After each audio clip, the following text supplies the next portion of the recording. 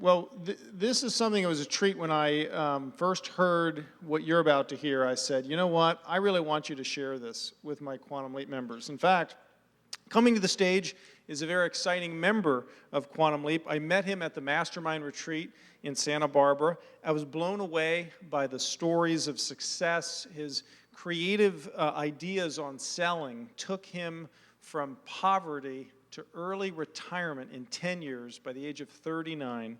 He's the author of The Basket of Opportunity. Please welcome from San Francisco, Rick Maher. Thank you. How's everybody doing? Good? I was dancing back there, I promise. I've had a long journey in sales, but my claim to name is doing it with Rapport. I couldn't sell $1 for 50 cents. I really couldn't. And I grew up poor in western Pennsylvania. I'm from Pennsylvania. I live in Marin County next to San Francisco now. But just to get through this story, how I learned how to sell with Rapport was when I was in college. To fight my way out of my house and out of that life situation, I went to school. And in my junior year, I actually did an internship selling Kirby vacuum cleaners. Remember those? Pretty cool. Some of you probably still have them. The house will fall down, but that Kirby will still be there. Well, there was no 12-step selling program. I knew nothing. They were on your own. He said, see that house? Go offer free carpet shampoo, and that's how you get in. So I'm carrying these things around. It's mid-December. It's snowing outside. No money. It's just terrible. And then went up to this house that's set way up on the hill, and I tried to get in, and no one would let me in. I couldn't get an answer from the door. So I walked around back, and I saw a dog chained to his doghouse, and next to the doghouse was an outhouse. So I'm thinking, this guy doesn't have any money. So I started prejudging him. There was no car, and I'm thinking, how in the heck am I going to sell this? That means if there's no car and no inside bathroom, there's no woman, right? What's he going to do? Go to a nightclub and convince a woman to go home with him on a bus to a house with no bathroom? If he can do that, he should be up here, right? So I was happy. I said, good, I'm going to get out of here. I'm going to leave. As I was walking out, I hear this moan from upstairs. Hey, who's there? What you want? I'm like, oh, geez. I come over there, and I said, gee, sir, it's a nice day, isn't it? He says, no, it's snowing outside. And I said, oh, okay, I'm sorry for bothering you. He goes, no, what you doing? And I said, look, I figured, how can I get in this guy's head really quick to let him know I'm friendly?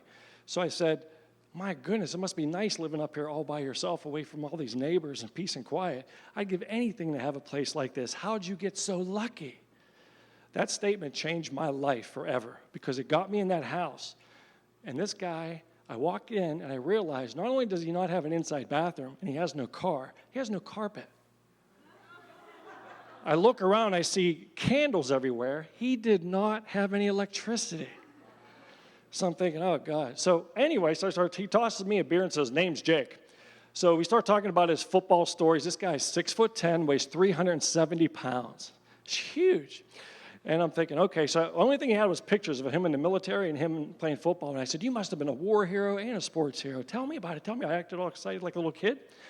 He opened up and talked for 45 minutes, and I didn't say a word. Then he said, what you peddling?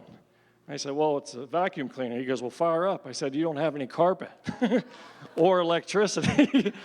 So he goes outside, gets a generator, or upstairs he gets a generator and brings it down and says, I don't believe in no fancy electricity. You're going to have to use this. Puts it down, I plug it in. I said, but you don't have a carpet. Goes outside, gets a 3-foot rug, throws it down. Dust flies everywhere. Looks like a scene out of the Monsters movies, right? So I vacuumed it, and then I put the shampoo on. This took 3 or 4 minutes. That's it. So he talked for 45 minutes. I showed him that for 3 minutes, and out of the blue, he said, I'll take that one if it's for sale. I said, you'll what? And these are $1,200. And this guy doesn't have anything.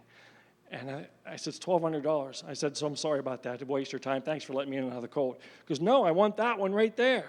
He leaves, and he goes up this old crickety wooden ladder staircase. And I'm thinking, where's he going? He goes up, he said, you done down there? Did you pack her up for me? I said, what? He said, good, leave her there. You get up here. I'm like, what does this guy want with me in his bedroom out in the middle of nowhere? He's huge. If I scream, no one would hear it. So I'm thinking, what do I do? This was a big life decision. I was 21 years old. Never been in a sales situation before. I walk up the stairs. He's sitting on the bed, leaning against a table. There's his generator, and he had a refrigerator next to it. He said, come over here and take a look inside. He opens up the fridge. He says, take a closer look. I look in. He has stacks of cash. hundreds, fifties, and $20 bills. There was $450,000. This guy was loaded. He hated banks. He hated city slickers. He didn't like salesmen. And I completely misjudged him. He even said, Rick, you seem like a good feller. I can't count too good. Why don't you reach in there, grab your $1,200 to make your sale, take an extra 100, but if you take any more, he pointed to his gun, I'll know and I'll shoot you and no one will hear it. So I'm like 100, 1,000, 200. So I counted out and he walked me outside. He goes, I bet you never thought in a million years you'd be leaving that vacuum cleaner here with me. I said, no. I said, I'm so embarrassed. He put his arm around me. He said the words I never forgot. He said, never judge a man by his outhouse. He saw me going out there. So the lesson I learned from there was never sell the product. Sell yourself. It changed my life forever.